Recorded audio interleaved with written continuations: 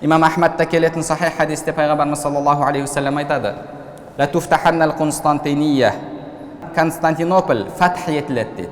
Яғни мұсылмандардың қаласына айналады. Константинополь қазіргі Стамбул. Пайғамбарымыз саллаллаху алейхи уассалам мұсылмандарды сүйіншілеп жатыр. Сол қала мұсылмандардың қаласына айналады деді. Ол қала тек қана мұсылмандардың қаласына айналған жоқ, қанша жылдарға мұсылмандардың мемлекетінің астанасы болды. Фала ни'мал амиру закал амир ва ла ни'мал джейшу закал джейш. Сол қаланы фатх ететін, барып мұсылмандардың қаласына айналдыратын басшы қандай жақсы басшы, және оның әскері қандай жақсы әскер деді.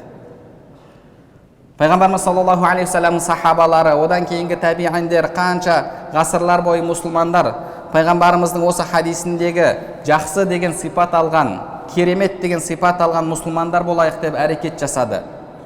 Сол әскердің қатарында болайын деп пайғамбарымыз саллаллаху алейхи вассаламның сүйікті сахабасы Абу Айюб аль-Ансари қартайған кезінде шамасы зорға жетіп тұрса да атқа мініп сол жаққа барып, сол жақта қаза тапты. Ол кісінің қабірі сол Стамбул қаласының төңірегінде, маңайында. Бірақ Алла субхана ва тағала бұл шарапатты Осман халифатының ұлы халифаларының бірі Мухаммад аль-Фатихке нәсіп етті.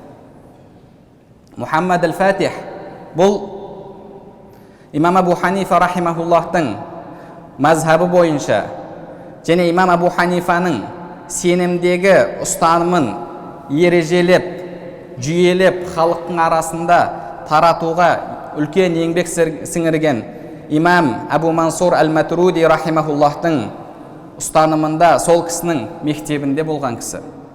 Пайғамбарымыз саллаллаху алейхи вассалам имам Абу Ханифа мазхабында имам Абу Ханифаның сенімін түсіндіріп берген, сол сенімге қызмет еткен имам Абу Мансур аль-Матрудидің жолында болған адамға қандай жақсы басшы, қандай жақсы әскер деп сипат беріп жатыр. Біздің мұсылмандардың қара шаңырағы, Қазақстан мұсылмандардың діни басқармасы осы жолға шақырып жатыр. Пайғамбарымыз саллаллаху алейхи вассалам өзі тәзкия берген жолға шақырып жатыр.